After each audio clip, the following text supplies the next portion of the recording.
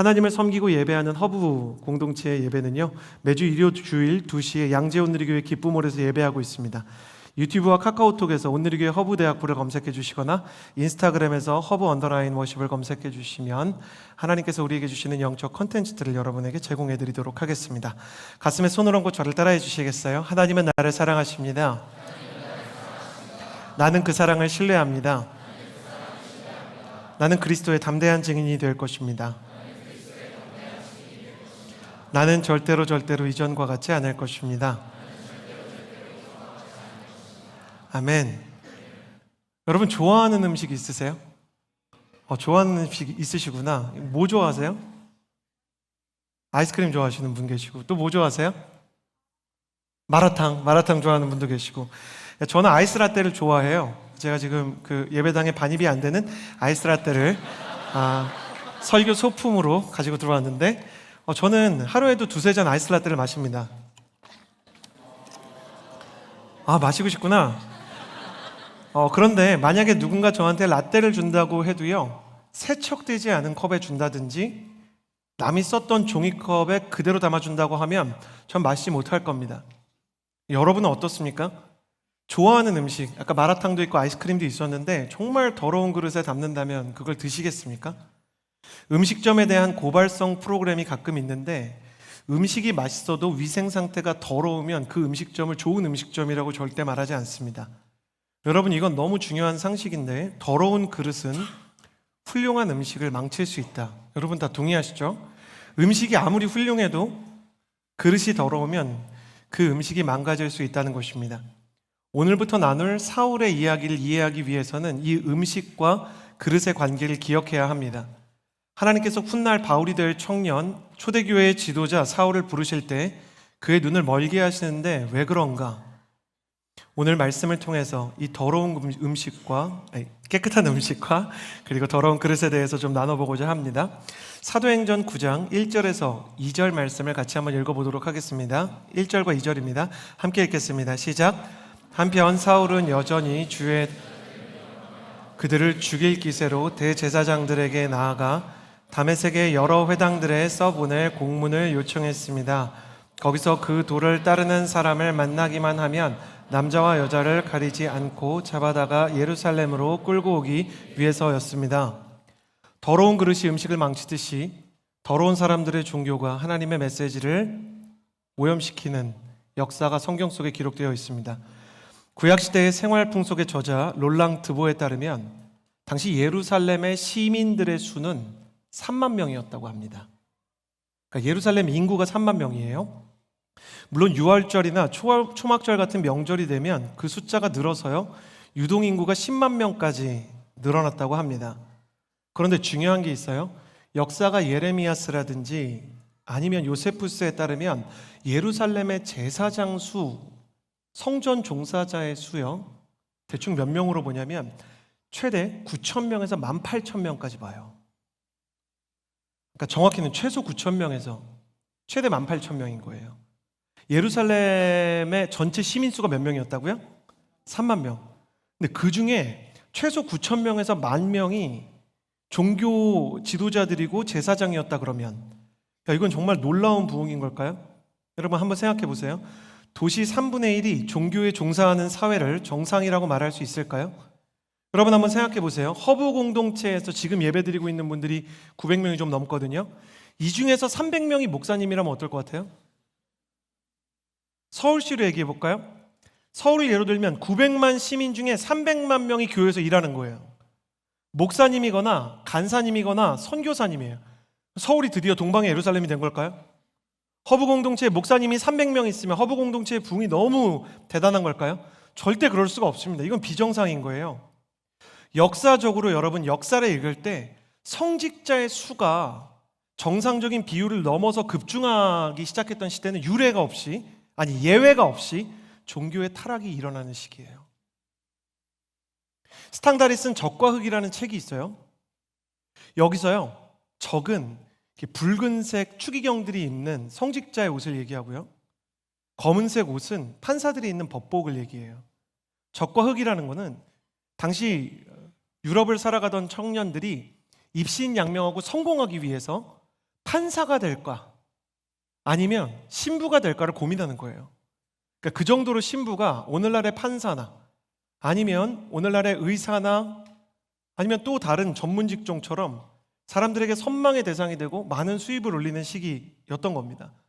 중세 유럽에서 로마 카톨릭에 귀의해서 수많은 성직자들이 더 좋은 자리와 추기경에 가기 위해서 목을 맸던 것을 생각하면 성직자들이 너무 많아지는 것은 문제입니다. 물론 목회자와 선교사들이 많이 세워져야 되지만 대부분의 사람들이 사회적으로 그게 성공한 직업이고 나의 노후가 보장되는 직업이라고 생각하는 건 좀 이상한 것이죠.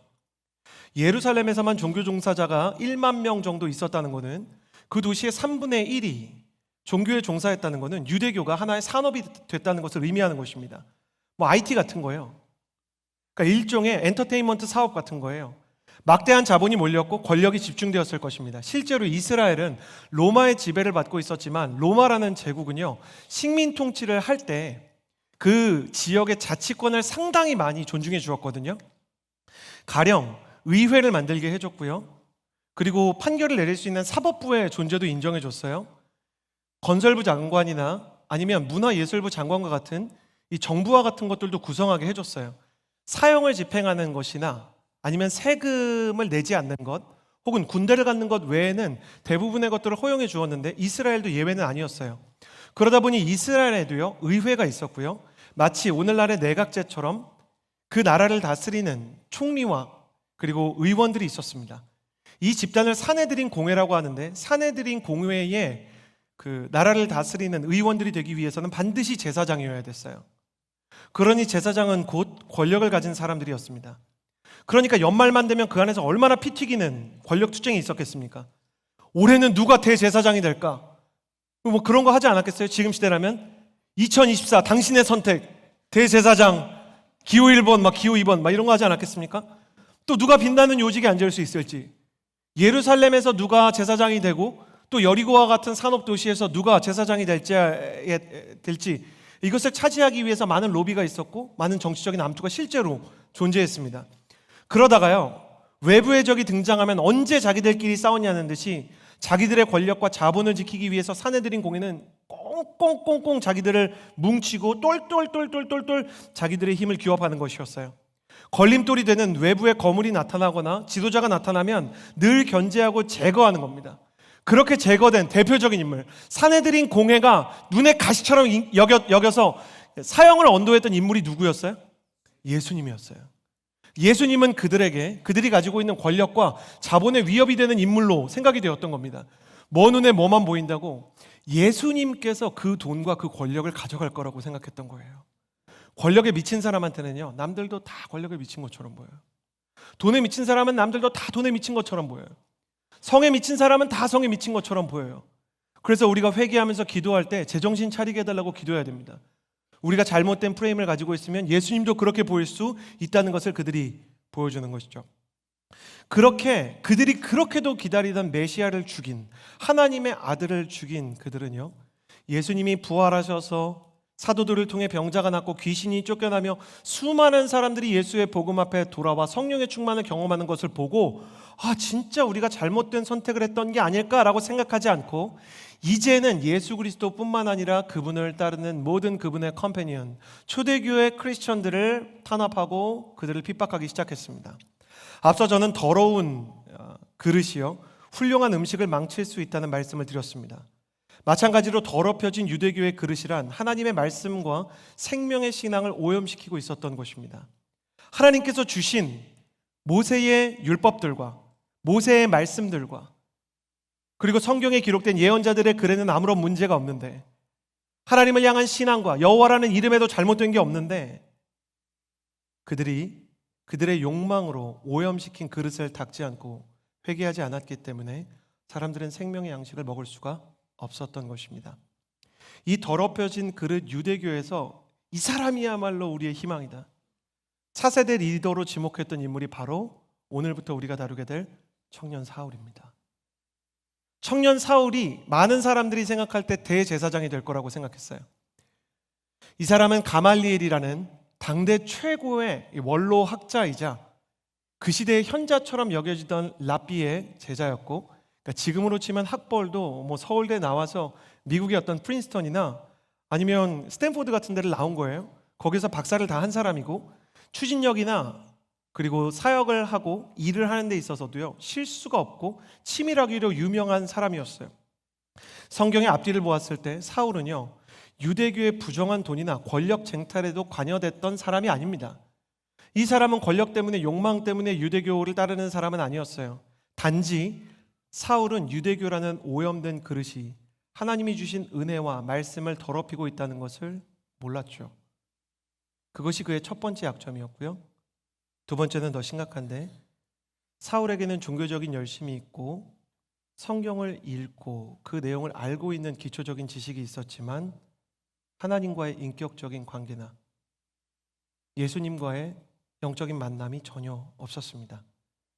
매주 성전의 뜰을 밟았지만 한 번도 성령님을 경험해 보지 못한 사울은요, 종교적으로는 모태신앙이거나 혹은 성경을 많이 하는 사람, 일요일마다 교회에 늦지 않고 나와서 하나님께 예배를 드리지만 실제로는 하나님의 마음도, 하나님의 음성도, 하나님의 뜻에 따른 순종도 없는, 신앙은 없는 껍데기만 종교인 모습을 보여주는 것 같습니다.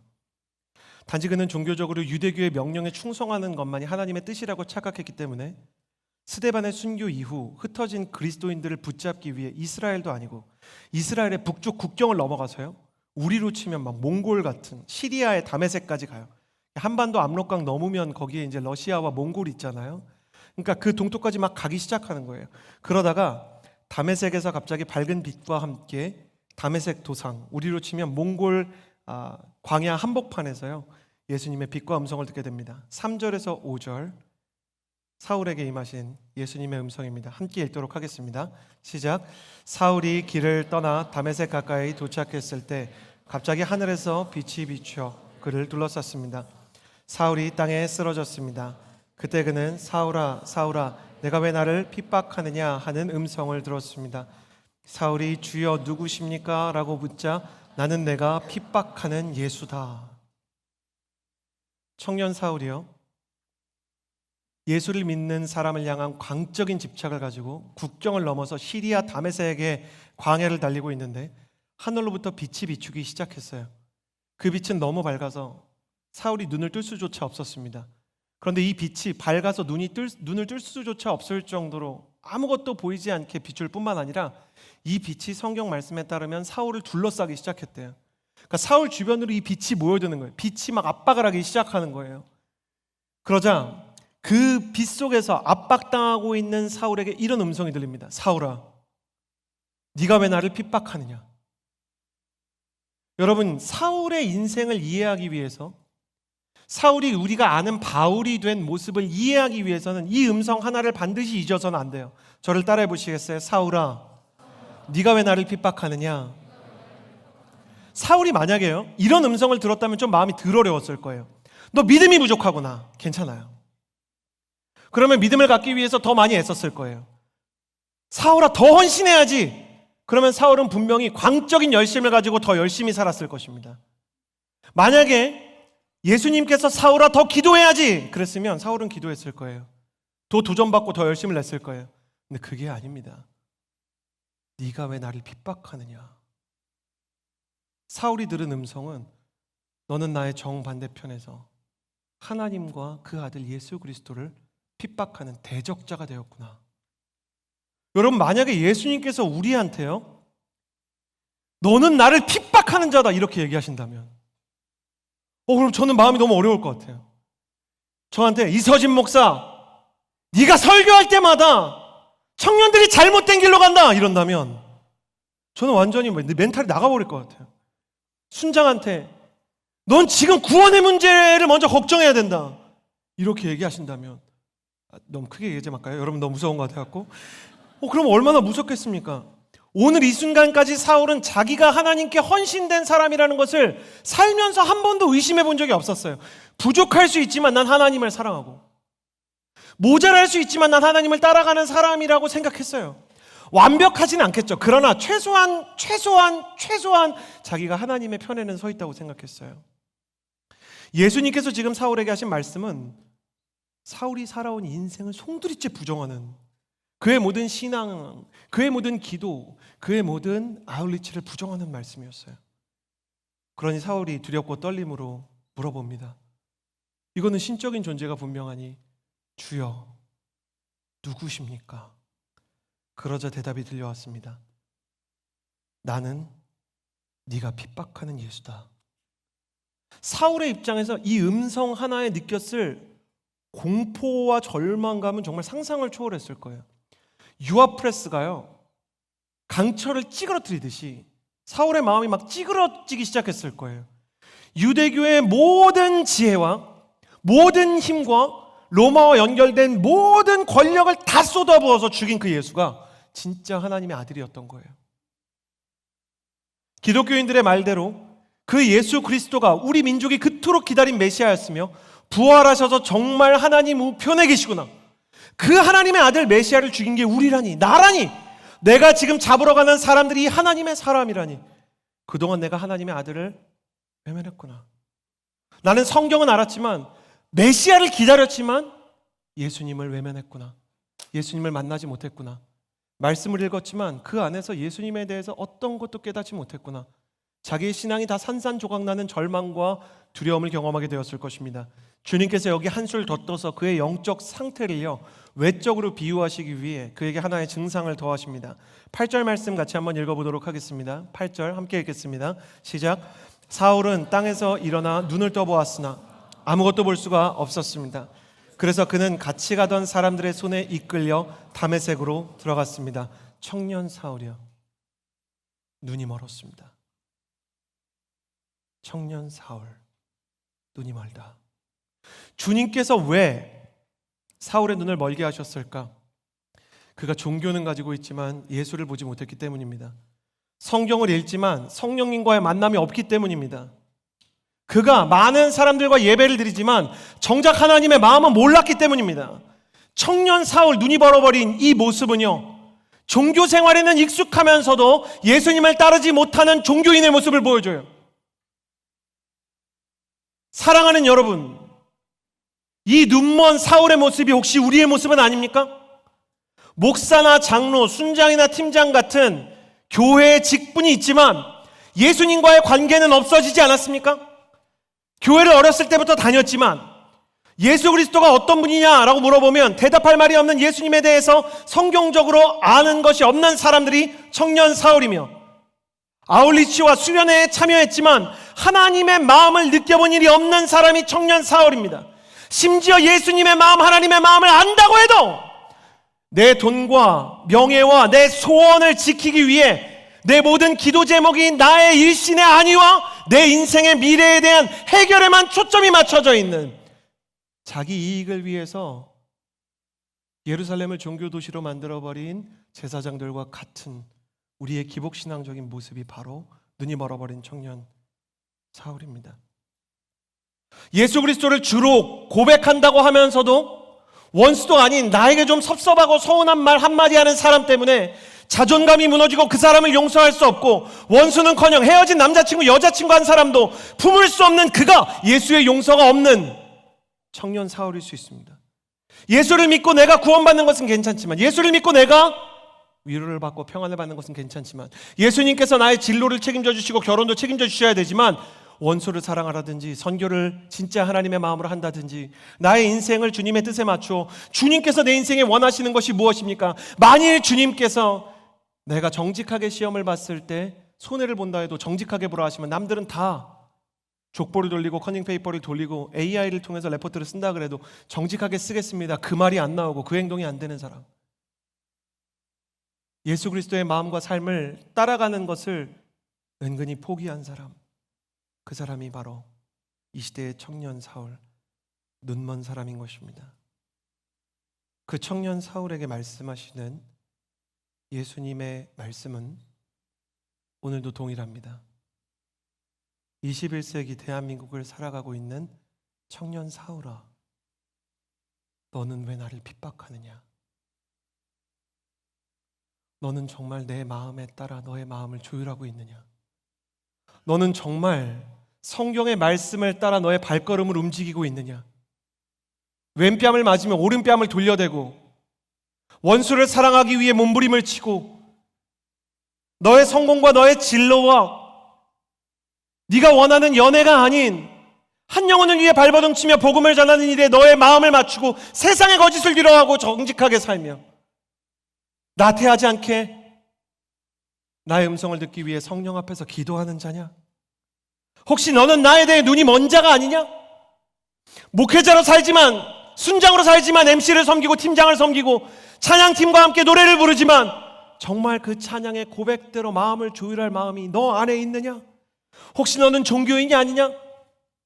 교회를 다닌다는 것만으로 마치 구원을 받은 것과 같은 타이레놀 진통제와 같은 것을 느끼며 이 자리에서 그래도 나는 천국은 가겠지, 그래도 하나님이 나를 사랑하시겠지, 내 마음 내 뜻대로 마음대로 살면서 그래도 하나님이 나를 축복하시겠지, 하나님의 뜻은 구하지 않았으면서 고난이 닥쳐오면 하나님, 주님이 나를 사랑하신다고 하셨으면서 왜 이런 고통을 주십니까? 라고 묻는 네가 이 시대의 사울이 아니냐?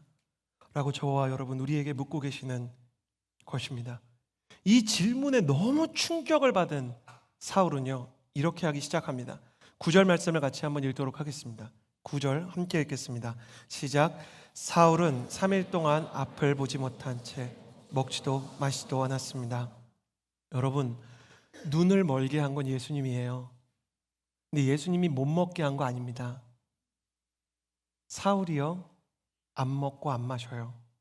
여러분, 옛날에 죄송합니다, 여러분이 잘 모를 만한 원로그룹 2AM이요, 밥만 잘 먹더라 이런 거 이렇게 유닛 결성해서 이렇게 불렀어요. 사랑이 떠나가도 가슴에 멍이 들어도 밥만 잘 먹더라, 사람이 결국은 사라지더라, 뭐 이런 얘기 하는 거예요. 근데요, 사울은 너무너무 영적인 충격을 받았어요. 먹을 수도 마실 수도 없었어요. 왜 그랬을까? 이거는 죽기로 작정한 겁니다. 죽음으로써 나의 죄를, 죽음으로도 다 갚아지지 않겠지만 살아있을 만한 가치가 없는 사람이라고 생각했어요, 자기가. 그래서 말 그대로 먹는 걸 금하는 거는 둘째치고 여러분, 물 안 마시는 건 진짜 심각한 거 아니에요? 그러니까 이 사람이 정말 죽기로 각오를 하고 먹지 않고 있었어요. 눈을 떠도 아무것도 보이지 않는 맹인이 되어버린 사울은요, 칠흑 같은 암흑 속에서 죽음과 같은 슬픔을 마주했어요. 그런데 역설적으로요, 이 칠흑 같은 어둠 속에 하나님께서 그를 선택하신 이유와 또한 하나님을 향한 사울의 진심이 들어있어요. 뭘까요? 바울이 아무것도 보이지 않는 이 칠흑 같은 어둠 속에서 먹지도 마시지도 않는 모습을 통해서 우리가 볼 수 있는 진짜 영적인 소망의 빛이 무엇일까요? 여러분, 이렇게 비유할 수 있을 것 같아요. 첫사랑의 상처가 깊은 건 왜 그렇죠? 첫사랑에 대한 그 사랑이 깊기 때문이에요. 사랑의 깊이만큼 상처의 깊이가 남게 되어 있습니다. 사랑의 깊이와 상처의 깊이는요, 정확히 비례하게 되어 있는 거예요. 사울이 지금 영적인 실패와 침체 속에서 깊은 상처를 가지고 절망 속에서 스스로의 삶과 생명조차 놓아버리려고 한다는 것은 그동안 그가 가지고 있었던 하나님에 대한 그리움과 하나님을 향한 갈망도 또한 깊었다는 것이에요. 하나님, 내가 내 평생을 다해 주님을 따르고 싶었어요. 내 마음 깊숙한 곳에 정말 주님 만나기 원하는 마음이 있었어요. 난 정말 주님을 만나고 성령의 충만을 원하고 메시아를 만나기를 원했어요. 그런데 난 실패했어요. 돌아보니 죄뿐이었어요. 돌아보니 나의 삶이 실제로는 하나님을 섬기는 사람답지 않았어요. 거짓이 있었고 폭력이 있었어요. 사실 알고 있었어요. 유대교 안에, 우리로 치면 교회 안에도 수많은 욕망과 수많은 거짓과 예수님을 믿는다는 사람들이 세상 속에서 얼마나 많은 사고를 치고 사기를 치고 또 성적인 문제를 일으키는지, 영적인 지도자인 목회자들로부터 평신도에 이르기까지 얼마나 거룩하지 않은 삶을 살아가는 사람이 있는지 알면서 그들을 보면서도 나는 아무것도 느끼지 못하고 불순종의 대열에 은근히 합류했는지 몰라요. 저 사람보단 그래도 나으니까. 그러나 주님께서 내가 당신을 핍박했다 하시니 나는 이제 갈 길이 없습니다. 저는 이 사울의 절망적인 이 깊은 상처, 칠흑 같은 어둠 속에 있는 그의 마음을 생각하면서요, 한 분과의 대화를 생각했어요. 우리 양재 온누리교회에서 여성사역과 수요 여성 예배를 섬기고 계시는 김정희 목사님이라고 계세요. 근데 이 김정희 목사님은 정말 기도의 사람이세요. 그 새벽 기도하실 때 이분은요, 항상 양재 온누리교회 3층, 저희가 3층천이라고 부르는 가장 이렇게 강대상도 안 보이는 가장 뒤쪽에 가셔서 기도를 하셨어요. 이유는 간단했어요. 그분 기도 소리가 너무 커서요, 반경 10m 안에서 기도하기가 되게 어려워요. 기도 소리가 너무 크고 하나님을 향해서 기도하시는데 목도 안 쉬시는 거예요. 전 그분이 너무 뜨겁게 기도를 하니까 가끔 이야기를 나누게 됐어요. 한 번은 그분이 허브 공동체에 대한 이야기를 나누면서 두 가지를 얘기하셨어요. 하나는 허브 공동체만 보면 너무 예쁘대요. 청년들이 기도를 하고 하나님께 부르짖는 모습을 보면 너무너무 예쁜데, 한편으로는 꼭 하고 싶은 말이 있대요. 그게 뭐냐면, 청년의 때에 허브와 같은 청년들이 기도의 찬란한 절망을 지나가야 한대요. 기도의 찬란한 절망. 목사님, 기도의 찬란한 절망이 뭔가요? 그것은 기도가 안 되는 그 절망의 자리에서도 끝까지 그 자리를 지키면서 한숨이라도 쉬면서 졸면서라도 기도 시간을 채우는 겁니다. 은혜가 안 되고 영적인 침체가 있어서 찬양이 나오지 않을 때도요, 내가 찬양할 수 없어도 뜨겁게 찬양하는 예배를 찾아가는 것입니다. 그 실패와 침체를 견딤으로써 주님께 나의 진심과 갈망을 보이는 것이에요. 이것이 바로 찬란한 절망입니다. 절망하고 있지만 그 절망조차 찬란한 빛인 까닭은 그 절망 안에서 비추는 온전한 진심의 빛이 있기 때문이죠. 주님을 꼭 만나고 싶습니다. 제가 허브 공동체에 와서 너무너무 충격을 받고 너무너무 재미있는 건 뭐냐면, 기도를 이렇게 너무너무 이렇게 어려워하시는 분들이 기도 되게 해달라고 한 번은 맨 앞에서 막 이렇게 부르짖는데, 하나만 부르짖는데 제가 너무 충격을 받는 거예요. 주여, 기도 잘하게 해주세요. 기도하고 싶어요. 그 어휘나 그 기도의 문장은 연준이와 연희 같았어요. 그러나 이 청년을 보는데 제가 너무 처음에는 웃겨서 보는데, 울면서 무릎을 꿇고 가슴을 치면서 기도하는 거예요. 안 되는데 하나님을 너무 만나고 싶어서, 순종도 안 되고 기도도 안 돼서 너무너무 가슴이 먹먹해서, 이제는 이 허울뿐인 유대교와 같은 종교 생활을 끝내고 정말 성령의 충만함과 기도의 세계로 들어가고 싶다는 그 어린아이와 같은 기도를 주님이 어떻게 유치하다고 하실까요? 이처럼 칠흑과 같은 절망과 어둠 속에 갇힌 바울의 영혼 깊은 곳에서 찬란한 절망의 빛이 마침내 빛을 내기 시작했습니다. 앞서 저는 하나님께서 너희가 이 시대의 청년 사울이 아니냐라고 물으신다고 말씀드렸습니다. 네가 왜 나를 핍박하느냐라고 물어보실 수 있다고 말씀드렸어요. 너는 나에 대해 눈이 멀어버렸구나. 너에게 순종이 없고 나의 마음이 없고 정말 세상과 다른 거룩이 없구나 라고 말씀하실 수 있다는 것을 말씀드렸어요. 그러나 거기가 끝이 아닙니다. 하나님께서 이 시대의 청년 사울, 예수님을 따르지 못하는 눈먼 우리에게 사울의 이 찬란한 절망을 통해 숨겨진 말씀을 전하고 계세요. 이 말씀을 전하면서 허브 공동체를 향해 성령께서 주시는 음성을 듣게 되었습니다. 이것은 성령께서 우리에게 주시는 음성입니다. 사랑하는 허브의 아들들아, 사실은 너희가 나를 그리워하는 것을 내가 알고 있다. 사랑하는 허브의 딸들아, 너희가 나를 닮고 싶어하는 것을 내가 이미 알고 있다. 아들아, 네가 나를 그리워하는구나. 딸아, 네가 나를 닮고 싶구나. 그런데 되지 않고, 그런데 충만하지 못해서 내 앞에서 고개를 숙이고 눈물을 흘리는 너요, 찬란한 절망 속에서 하나님께 정말 쓰임을 받을 수 없다고 자책하며 낙심하는 너요, 내가 너를 버리지 아니하리라 주님 말씀하시면서요, 사울 안에서 빛나는 찬란한 절망의 빛을 마침내 그의 외면으로 끌어내요 다친 그의 눈을 열고 멀어버린 그의 눈을 다시 보게 하십니다. 사랑하는 여러분, 주님께서는 이 시대의 청년들의 눈을 다시 뜨게 하시기를 원하십니다. 내게로부터 눈을 들어 살아계신 예수 그리스도를 보게 하실 줄을 믿습니다. 내게로부터 눈을 들어 살아계신 하나님의 마음을 보게 하실 줄을 믿습니다. 그 예수를 보고 그 예수의 마음을 알 뿐만 아니라 주님께서는 성령으로 그 예수를 따르고 그 하나님의 마음을 닮아가게 하시기 위한 계획을 가지고 계심을 믿습니다. 하나님께서 우리를 부르고 계시고 우리를 포기하지 않으세요. 그러나 우리가 이 축복 안에 거룩한 계명, 영적으로 이 시대의 청년으로서 다시 사울과 같이 눈을 떠 바울이 되기 위해서는 우리가 먼저 눈먼 자라는 것을 인정해야 할 것입니다. 사랑하는 청년 여러분, 저는 여러분이 말씀을 듣고 기도할 때 여러분이 예수 그리스도에 대해, 복음에 대해, 거룩에 대해 눈이 먼 자라는 것을 스스로 인정할 수 있게 되기를 예수님의 이름으로 축복합니다. 주님, 내가 눈먼 자입니다. 예수님의 마음을 따라가지 못합니다. 주님, 내가 눈먼 자입니다. 노래를 하지만 하나님의 성품에 대해 닮아가지 못합니다. 주님, 내가 눈먼 자입니다. 모태 신앙으로 교회를 다녔지만 성령의 충만과 임재를 잃어버린 사람입니다. 주님, 나는 눈먼 자입니다. 매주 예배에 와 있지만 예수님을 인격적으로 만나지 못했습니다. 성경을 읽지만 순종하지 못했습니다. 주님께서 그 눈먼 자들에게, 그러나 그 눈멈을 어둠 속에서 슬퍼하며 찬란한 절망의 시기를 견디는 자에게 눈뜨게 하시는 장면이 오늘의 말씀인 것입니다. 다시 한번 축복합니다. 모든 눈먼 자들마다 예수 그리스도와 성령의 역사로 말미암아 사울이 바울이 되어 눈을 뜬 것처럼 눈뜨게 되는 역사가 일어나게 되기를 예수님의 이름으로 축복합니다. 성령 충만에 대해서 눈을 뜨게 될지어다. 하나님의 비전에 대해 눈을 뜨게 될지어다. 하나님의 마음에 대해 눈을 뜨게 될지어다. 순종에 대해, 거룩에 대해, 정직에 대해 눈을 뜨는 세대가 될지어다. 그렇다면 주님께서는 어떻게 눈먼 사울의 눈을 뜨게 하시는가? 세 가지입니다. 10절에서 12절의 말씀을 같이 읽겠습니다. 10절에서 12절 함께 읽겠습니다. 시작. 그때 다메섹에는 아나니아라는 제자가 있었습니다. 주께서 환상 가운데 아나니아라 하고 부르셨습니다. 그가 예 주여라고 대답하자 주께서 아나니아에게 말씀하셨습니다.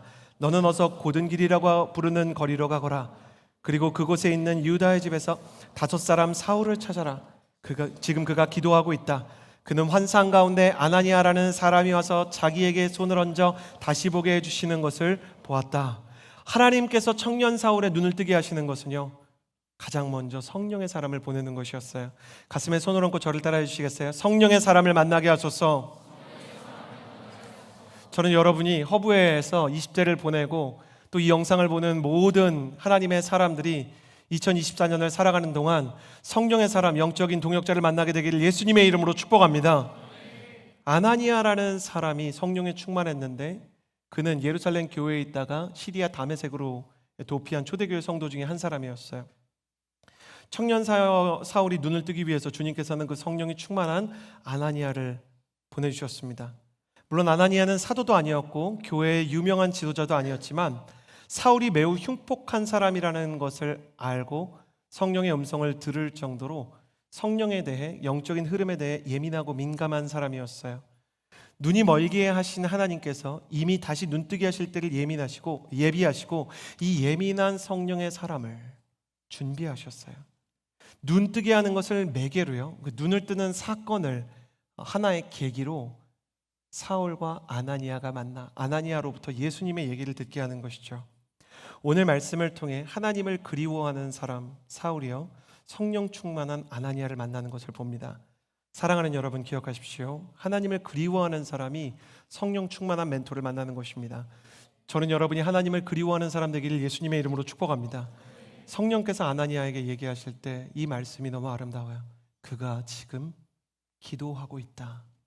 원어로는요, 기도하고 있다도 되는데 나를 기다리고 있다도 돼요. 그는 절망 속에서 기도하며 하나님을 기다리고 있었어요. 하나님은 자신을 기다리는 자에게 성령의 충만한 사람을 보내주셨던 거예요. 저는 여러분이 날이 갈수록 하나님을 그리워했으면 좋겠는데 언제까지? 충만한 동역자와 멘토를 만날 때까지 하나님을 그리워하기를 예수님의 이름으로 축복합니다. 이번 수련회의 주제로 컴패니언이라는 우리가 주제를 정하지 않았습니까? 컴패니언이란 동역자들과 함께 예수를 따르는 사람들이에요. 물론 이 중에는 수련회에 참여하는 분도 있죠. 그렇지 않은 분도 있을 거예요. 그 역대 가장 많은 규모로 한 730명에서 750명 정도가 올 것으로 예상이 되는데, 오고 안 오고 한 사람이 어떤 선택을 하고 혹은 기간을 놓쳐서 참여하지 못하고 혹은 참여하고, 이것보다 어떤 사람이든 허브 안에서요, 이 컴패니언이라는 주제는요, 수련회 참여 여부와 상관없이 여러분 모두의 것이라고 생각해요. 수련회에 참여하는 분에게 영적 컴패니언, 동역자의 역사가 일어나게 되기를 예수님의 이름으로 축복합니다. 수련회에 참여하지 않아도 아나니아와 같은 컴패니언을 만나는 역사가 있게 되기를 예수님의 이름으로 축복합니다. 그리고 꼭 축복하고 싶었어요. 기도하고 정말 쓰는 거예요. 청년의 시기에 사랑하는 연인을 만나는 은혜가 있기를 축복합니다. 지금까지 모든 메시지 중에 이게 제일 컸어요. 특정 구역에서. 목사님, 도대체 왜 이렇게 연애와 결혼에 대해서 축복하십니까? 목사님, 저희가 연애 안 하는 게 그렇게 못마땅하십니까? 막 저한테 메일 보내는 분도 있어요. 목사님, 저희가 연애에 관심이 없으면 없을 수도 있지 무슨 이렇게 연애와 결혼에 대해서 자꾸 이렇게 권하십니까? 제가 창세기 2장 18절 읽어드릴게요. 하나님이 이르시되 사람이 혼자 사는 것이 좋지 아니하요 내가 그를 위하여 돕는 배필을 지으리라. 여러분, 20대를 계속 혼자 보내는 건 하나님 보시기에도 슬픈 일이에요. 옆 사람에게 인사해 주시겠어요? 슬픈 역사를 끝낼 때가 왔습니다. 여러분, 인생에서 가장 중요한 컴패니언은 남편이고 아내예요. 저는 여러분에게, 자매들만 아멘하세요. 저는 여러분에게 남편 있게 되기를 예수님의 이름으로 축복합니다. 자매들이 못지 않군요. 형제들에게 축복합니다. 저는 여러분에게 아내가 생기게 되기를 예수님의 이름으로 축복합니다. 평소에 예수님에 대해, 선교에 대해 얘기할 때 이렇게 아멘해야 되는데, 근데 저는 진짜 주님께서 여러분을 통해서요, 이 저출산 시대에 오히려 빛과 소금과 같은 가정들을 만드실 것 같아요. 저 사람 사는 거 보니까 정말 결혼하는 거 좋은 것 같다. 저 사람들이 예수 믿고 신앙 안에서 아이 기르는 거 보니까 너무 건강한 것 같다. 주님께서는요, 사람에게 주시는 최고의 선물을 돈 아니고요, 집 아니고, 차 아니고요, 학력 아니고요, 회사 아니고요, 사람 주세요. 하나님이 아담에게 주신 최고의 선물이 하와였기 때문에 이는 내 뼈 중에 뼈요 살 중에 살이라고 한 거예요. 저는 여러분에게 꼭 배우자가 아니더라도 여러분의 인생의 만남의 축복을 통해서 영적인 동역자와 영적인 목회자와 영적인 멘토들이 충만하게 만나는 역사가 있게 되기를 예수님의 이름으로 축원합니다. 여러분이 가정을 이루고 그 가정이 믿음의 가정 되기를 예수님의 이름으로 축복합니다. 성령의 사람을 만나야 돼요. 이것이 여러분의 인생에 굉장히 중요한 기도 제목이 되어야 합니다. 다시 한번 가슴에 손을 얹고 저를 따라 주시겠어요? 성령의 사람 만나게 하소서. 두 번째입니다. 15절에서 16절입니다. 15절에서 16절 같이 읽겠습니다. 시작. 그러자 주께서 아나니아에게 이렇게 말씀하셨습니다. 가거라, 이 사람은 이방 사람들과 왕들과 이스라엘 사람들 앞에서 내 이름을 전하도록 선택한 내 도구다. 내 이름을 위해 그가 얼마나 많은 고난을 당해야 할지 내가 그에게 보여줄 것이다. 청년 사울의 눈을 뜨게 하시는 하나님의 손길에서요, 주님은 절망 속에서 찬란한 빛을 발하고 있는 그 영적 갈망과 목마름을 가진 사울에게 예수님의 비전을 주셨습니다. 청년 사울이 눈을 뜰 때 예수의 비전을 품게 된 것입니다. 가슴에 손을 얹고 저를 따라해 주시겠어요? 예수의 비전 품게 하소서. 주님께서 사울의 눈을 뜨게 하실 때 아나니아에게 이렇게 말씀하시죠. 이 사람은 이방 사람들과 이방의 왕들과 또한 이스라엘 사람들 앞에서 내 이름을 전하도록 선택한 내 도구다. 네가 왜 나를 핍박하느냐? 너는 나를 모르는구나. 너 문의는 종교인인데, 오늘날로 치면 온누리교회 교인이고 크리스천이고 세례교인인데, 너 아울리치를 갔다 왔는데 내게 순종하지 않는구나. 내 마음을 모르는구나. 성령의 충만에 다가서지 못하는구나. 주님이 이렇게 진단하셨지만 동시에 그러나 나는 너의 그리움을 안다. 나는 네가 나를 따르기 원하는 마음을 안다. 왜 네가 그렇게 슬프고 왜 네가 그렇게 그 침체에 괴로운 줄 아느냐? 너는 나 없이 살 수 없는, 처음부터 내가 내 이름을 위해 선택한 나의 그릇이기 때문이다. 하나님께서 사울을 통해 이루실 계획과 비전이 있다는 거죠. 우리를 향해 가지고 계시는 하나님의 선하신 계획과 비전이 있다는 거예요. 여기서 우리는 놀라운 영적인 진리를 발견하게 됩니다. 하나님은 찬란한 절망 속에서 그분을 그리워하는 사람들을 위한 비전을 준비하고 계신다는 것입니다. 우리는 가끔 나의 못남이 하나님의 비전을 망가뜨린다고 자책합니다. 나의 실패가 혹시 하나님의 계획을 취소할 수 있을 것이라고 낙심합니다. 아닙니다. 나의 못남이나 실패나 심지어 죄악도 하나님의 계획을 취소할 수 없습니다. 하나님의 비전을 무너뜨릴 수가 없습니다. 그러나 하나님의 비전을 지연시키고 방해하고 무너뜨릴 수 있는 방법이 있는데, 그것은 우리가 죄를 짓는 게 아니라 회개하지 않는 것입니다. 우리가 넘어지는 것이 아니라 넘어진 상태로 일어나지 않는 것입니다. 실패가 아니라 포기가 하나님의 비전을 허물어뜨립니다. 하나님을 그리워하지 않고 다시 하나님께 예배드리는 것을 포기하는 그 순간 하나님의 비전이 지연되고 하나님의 계획이 어려워지기 시작하는 것입니다. 그러나 회개하는 마음, 하나님께로 돌아가겠다는 그 마음이 회복될 때, 주님께 쓰임받고 싶다는 그 마음을 다시 한번 붙잡고 부르짖을 때 비전은 재건되기 시작합니다. 사울의 회개에 대해 직접적인 표현이 없지만 그가 기도하고 있느니라, 그가 나를 기다리고 있느니라 라는 표현 속에 그가 하나님 앞에 회개했을 것을 짐작할 수 있는 행간의 메시지와 영적 정서가 기록되어 있는 것이죠. 사랑하는 여러분, 나는 예수 그리스도의 선하심과 인자하심으로 여러분을 향해 선포합니다. 여전히 당신을 향한 하나님의 비전과 계획이 살아있는 줄을 믿습니다. 아직 당신을 향한 하나님의 계획은 꺾이거나 취소되지 않았습니다. 다시 한번 가슴에 손을 얹고 스스로를 향해 선포하십시오. 예수의 비전 품게 하소서. 하나님의 계획 신뢰하게 하소서. 요즘 사람들이 그런 말을 자주 하더군요. 너만 오면 고. 하나님은 나만 기다리고 계시는 거예요. 너만 오면 간다. 너만 타면 출발이다.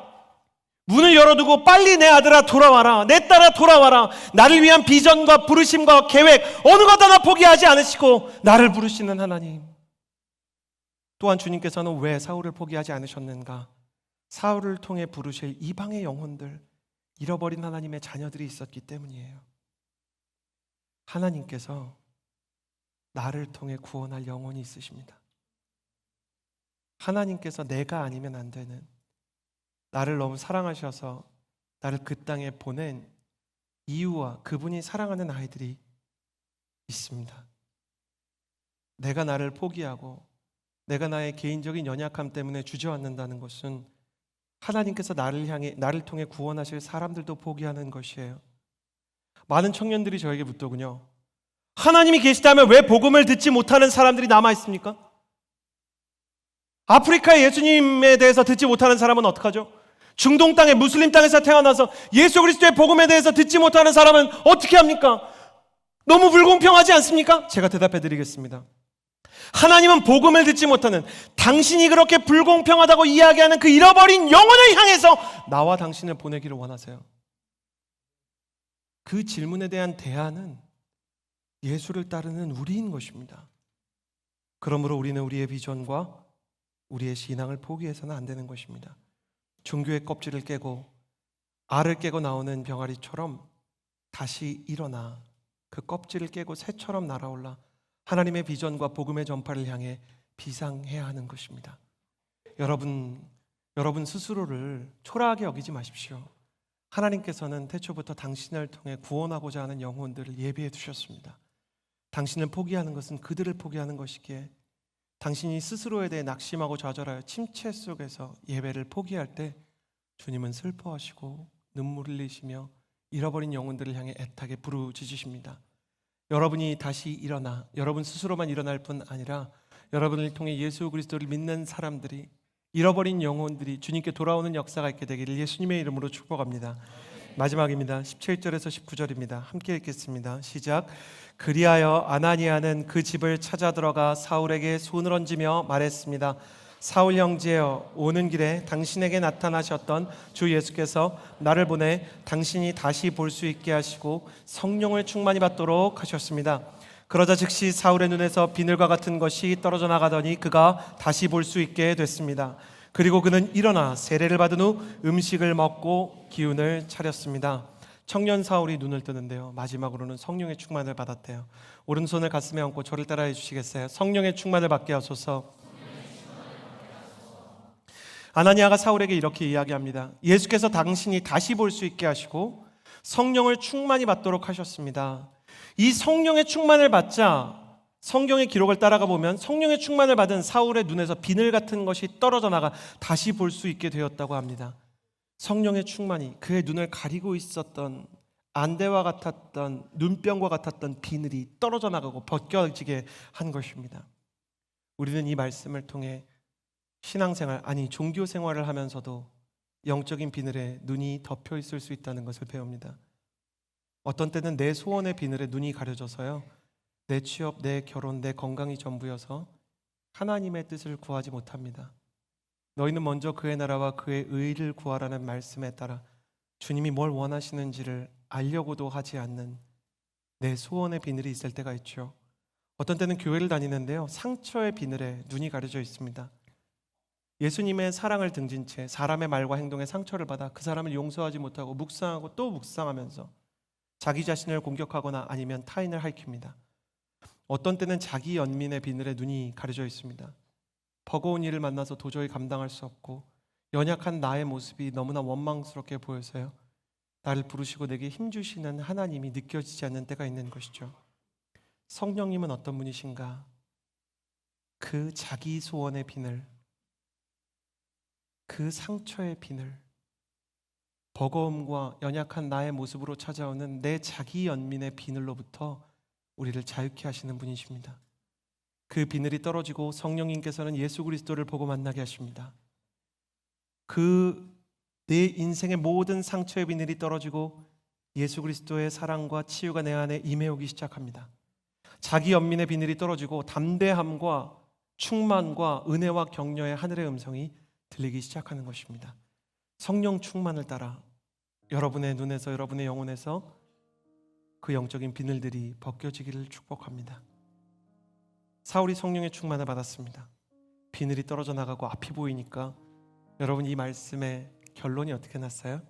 사울은 음식을 먹고 기운을 차렸대요. 왜 먹었을까요? 왜 마셨을까요? 하나님 앞에서 부끄러워 죄스러워 죽고 싶었던 마음이 사라졌기 때문이에요. 인생을 포기하고 싶었던 영적 절망이 끊어졌기 때문이에요. 다시 일어나 예수 그리스도와 함께 달려갈 힘이 회복됐고 다시 예수 그리스도와 함께 살아갈 인생의 목표가 생겼기 때문이에요. 오늘 여러분도 다시 일어나 주님과 함께 달려갈 힘, 살아갈 힘을 회복하기를 축복합니다. 눈이 멀어버린 우리를 향해 다시 눈을 떠 예수 그리스도와 함께 살아가기를 원하는 하나님의 마음을 담은 찬양을 준비했는데요, 하나님의 열심이라는 찬양 이하림 자매가 부를 때요, 아시는 분들은 같이 따라 하셔도 좋겠습니다.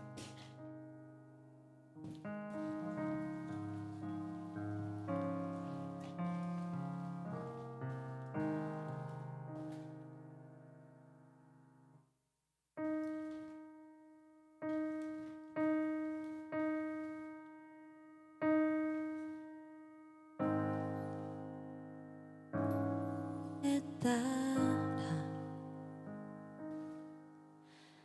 너의 작음도 내겐 귀하다.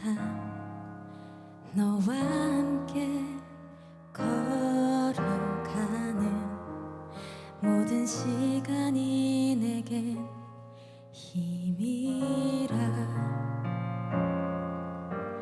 사랑하는 아들아, 내 연약함도 내겐 금이라. 너로 인해 잃어버린 나의 양들이 돌아오리라.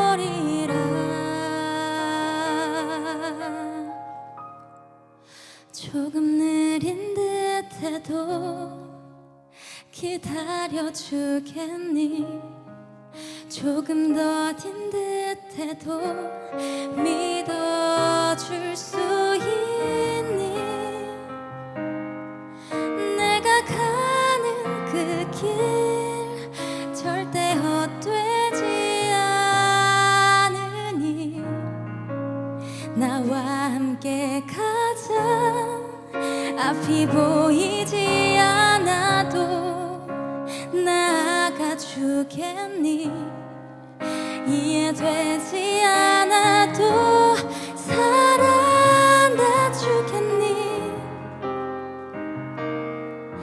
너의 눈물의 기도 잊지 않고 있으니 나의 열심으로 이루리라.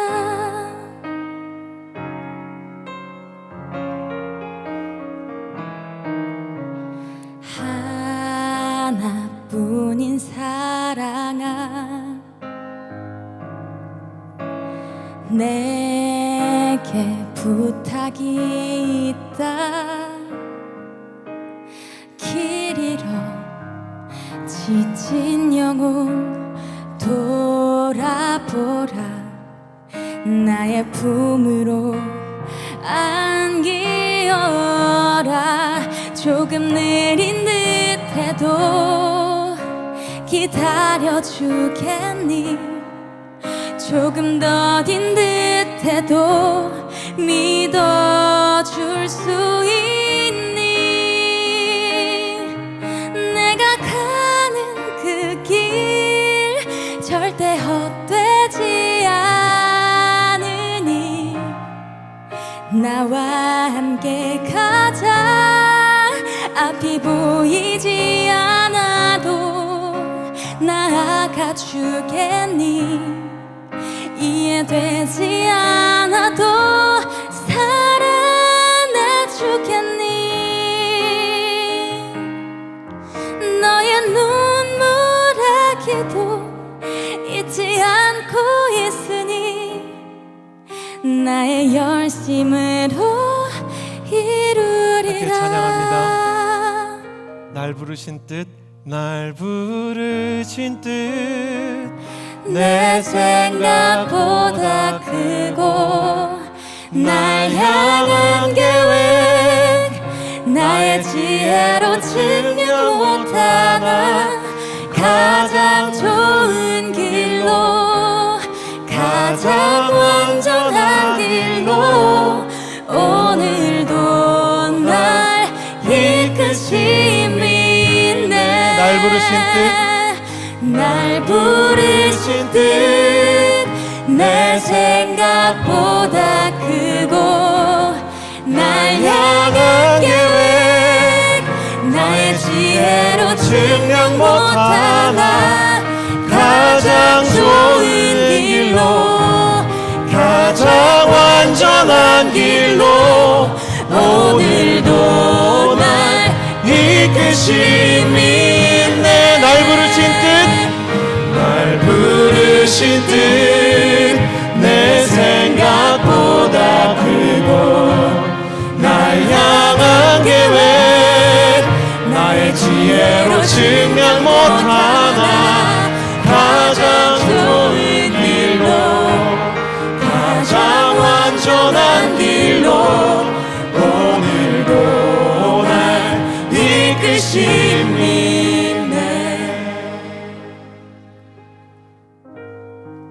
하나님께서 나를 위한 계획을 가지고 계신데, 사실 지을 때부터 이방인을 위한 그릇으로, 선교의 그릇으로 나를 지으셨는데, 나는 눈이 멀어버린 청년 사울처럼 하나님의 성전의 뜰만 밟고 내 소원의 눈이 멀어, 내 아픔의 눈이 멀어.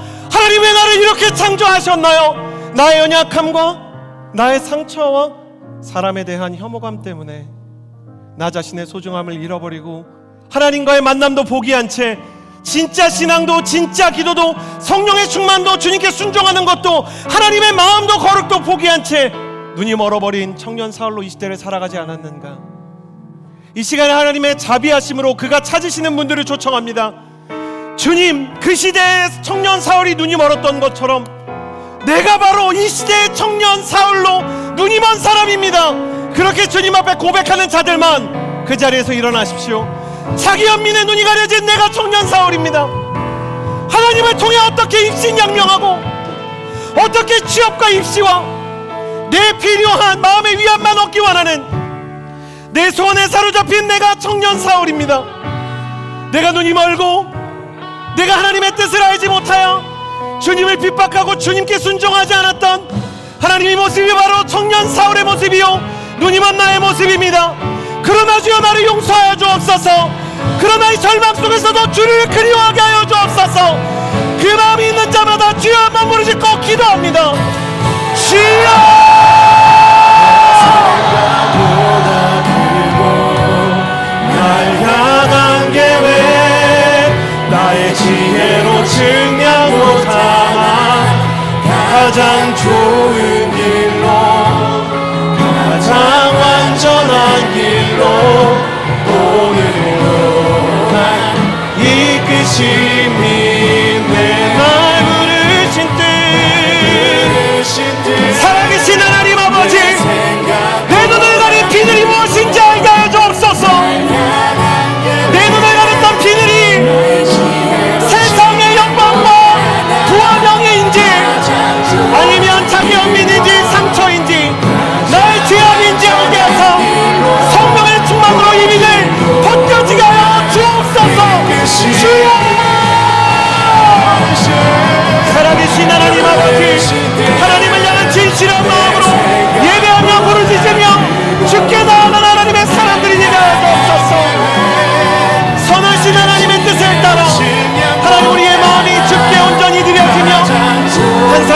하나님 주께 예배할 수 있도록 우리의 마음과 영혼을 주께서 고치시고 우리의 마음을 주께서 성령의 충만으로 덮어주옵소서.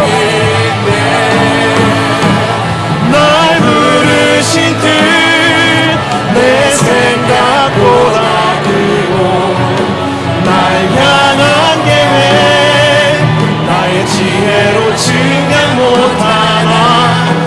주님이 나를 위해서 계획을 가지고 계셨지만 내가 주께 돌아가지 아니하였고 주님이 나를 위해서 나를 향한 부르심을 얘기하셨지만 주님 내가 그 부르심에 합당하게 살지 않았습니다. 주님 이 시대 청년들이 부모가 그 자녀들을 위해 기도했던 하나님 나라의 비전을 이루게 하여 주옵소서.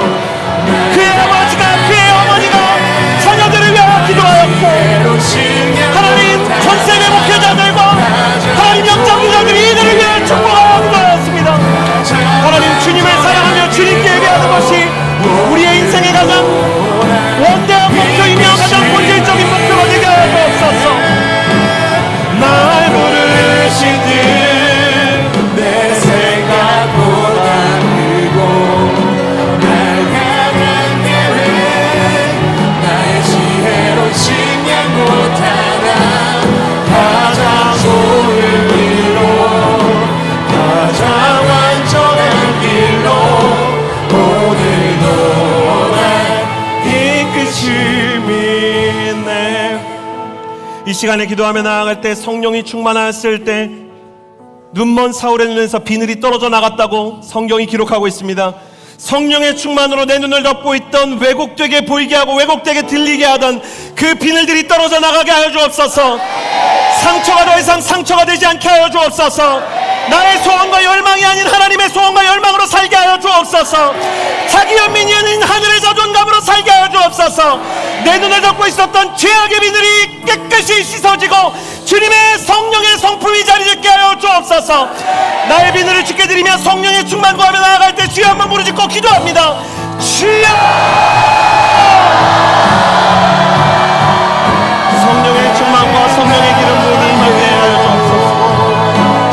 성령의 충만으로 말미암아 잘못되었던 비늘들이 뜯어져 나가며 예수의 보혈로 예수 그리스도의 성령으로 변하는 역사 있게 하여 주옵소서. 보지 못하게 하고 듣지 못하게 하던 잘못된 세상의 소리로부터 낙심하거나 거절하지 아니하는 역사가 일어날 수 있도록 도와주옵소서. 선하신 주님 도와주시고 만져주시고 멈춰주옵소서. 선하신 주님 주님의 기름 부음과 성령의 충만을 내려주옵소서. 성령의 역사를 따라 한 걸음씩 나아가는 예수의 사람이 되게 하여 주옵소서. 주님께서 기뻐하시는 성령의 사람 예배하는 사람이 될 수 있도록 주님 우리로 주의 길과 주의 능력과 주의 사랑을 닮아가게 하여 주옵소서. 주님 예수 그리스도를 따라 한 걸음씩 나아가 내 눈에서 비늘이 떨어지는 것을 보게 하여 주옵소서.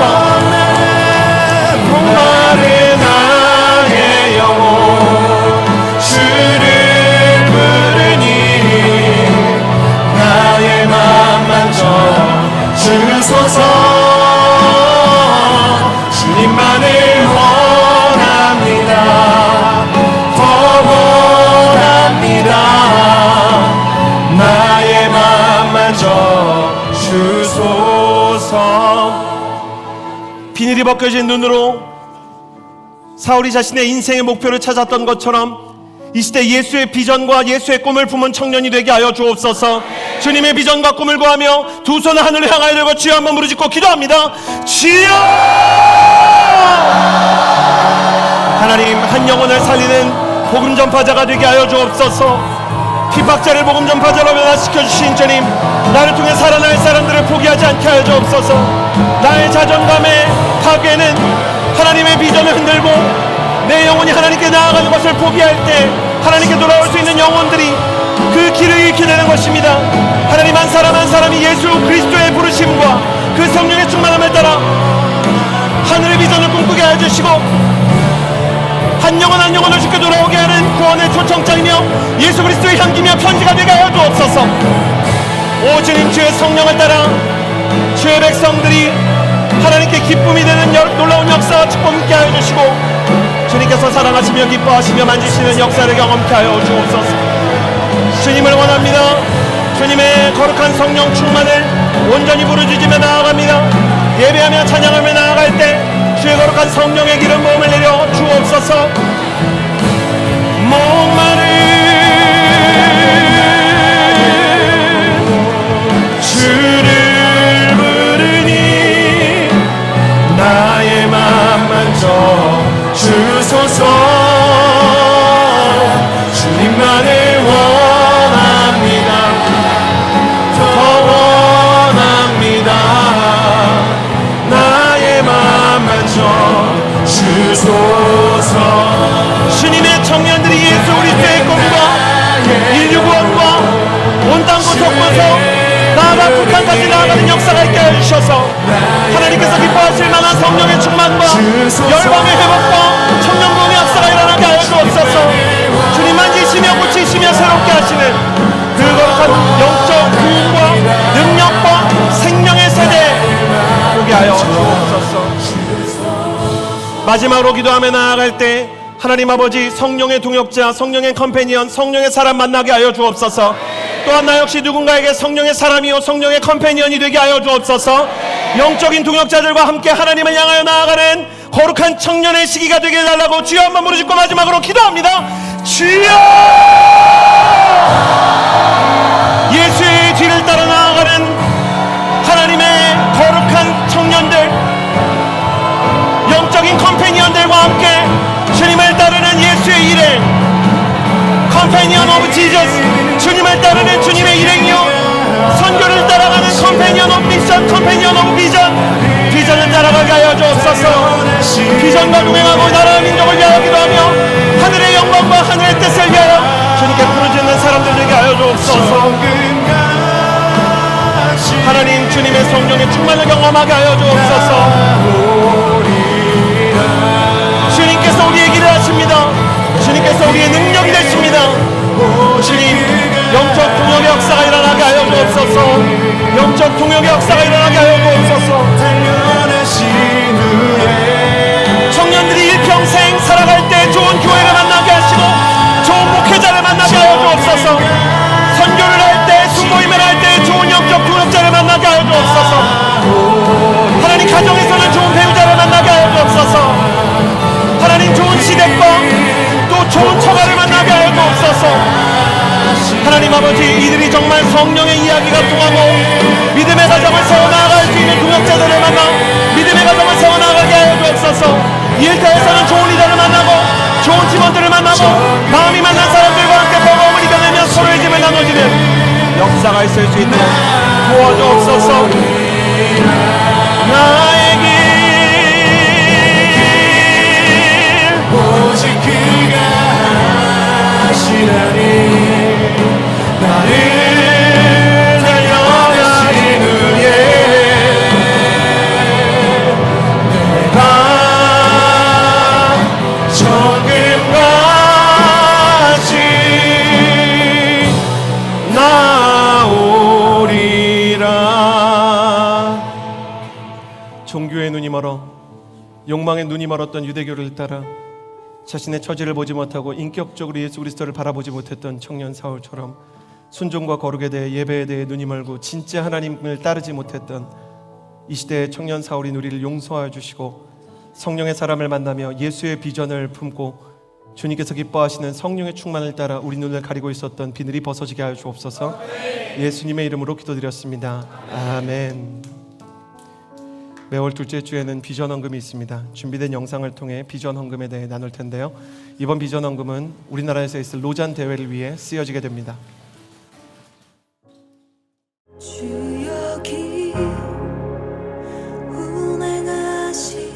우리가 선교의 못한 걸 회개하는 마음과 선교의 권위를 믿고 예수 그리스도의 복음의 유일성을 믿고 전도하자 그것이. 근데 함께 하자. 지금 이 시대에도 성경에 기반한 그런 선교를 감당해야 하고 감당할 수 있다. 또 이 일을 위해서는 전 세계 모든 복음주의 교회가 연합해야 된다는 것이 로잔 운동의 첫 비전이었습니다. 주는 세계를 만드시는 큰 기적 행하시는 분 4차 로잔 대회를 통하여 반드시 이루어져야 될 선교 완성을 위해서 우리는 무엇을 준비해야 될지, 세계 선교 전략은 어떻게 짜야 하는지 하는 모든 문제들을 다루게 될 것입니다. 이 일을 위해서 우리가 함께 협력하고 간절한 마음으로 기도하고 헌신하는 일이 매우 중요한 것이죠.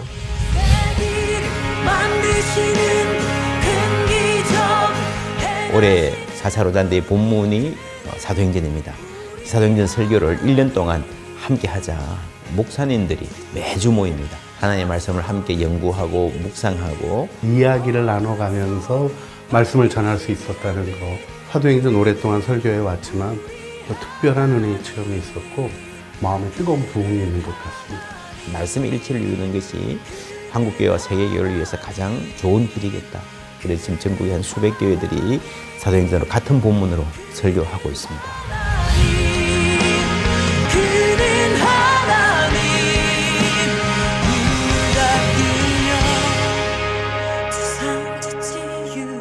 기도문을 받아보면서 알게 하셨어요. 기도할 게 이렇게 많구나. 열방의 각각 나라들이 너무나 힘들고 가난하고 빈곤하고 복음이 전해지지 않은 땅들이 너무 많고, 그런 구체적인 제목들 하나하나를 볼 때 몰랐구나. 정말 마음이 아프더라고요.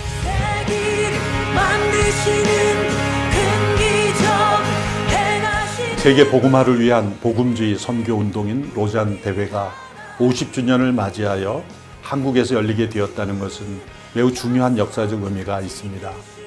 복음주의 교회의 중심이, 선교 동력의 중심이 유럽과 미국에서 이제 아시아로 그리고 한국으로 옮겨지게 되었다는 것을 뜻하기 때문입니다.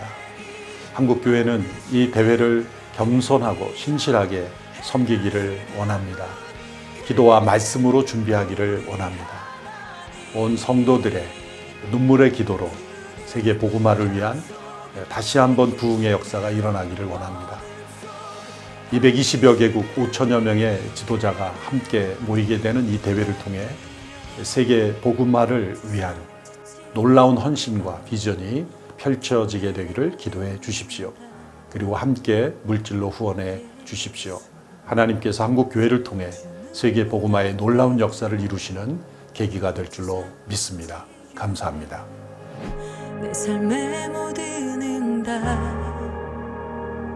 예수.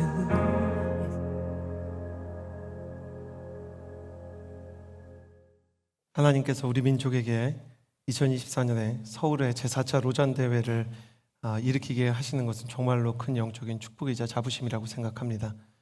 이 일을 위해서 마음이 허락되시는 분들은 나가실 때 비전헌금 봉투에 비전헌금을 해주시고, 또 헌금을 하지 않더라도 이 로잔 대회를 위해서 함께 기도해 주시기를 부탁드리겠습니다. 함께 자리에서 일어나서 봉헌 찬양 드림으로 주님께 나아가도록 하겠습니다.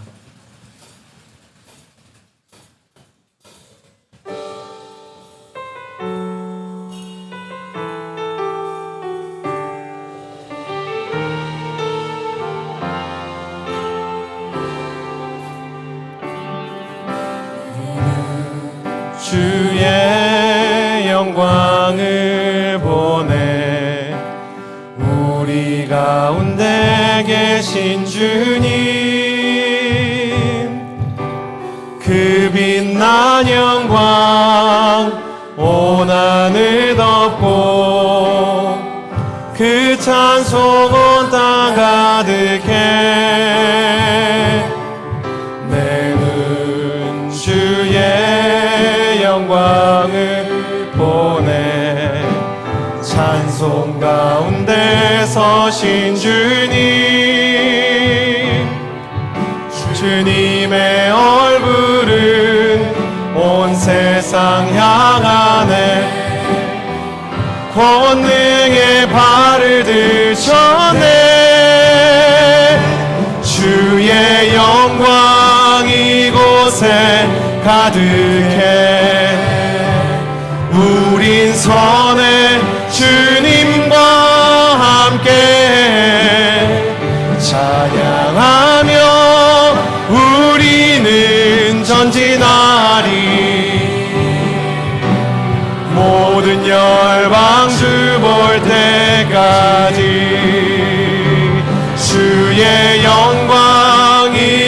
곳곳에 가득해.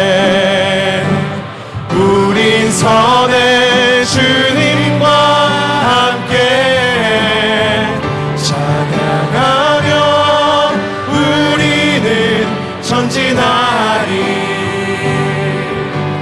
모든 열방 주 볼 때까지. 이제는 우리 구주 예수 그리스도의 은혜의 그 크신 사랑과 살아계신 하나님의 놀라우신 사랑하심과 성령의 교통하심, 그리고 내 눈을 덮고 있던 그 비늘 떼어주심의 역사가 이 시대의 눈먼 청년 사울이었으나 다시 예수 그리스도를 만나 성령의 충만으로 눈을 뜨고 바울로 살아가기 원하는 모든 주의 자녀들, 선교사님과 환우들 위해 이제로부터 영원토록 함께해 주시기를 간절히 축원하옵나이다. 아멘.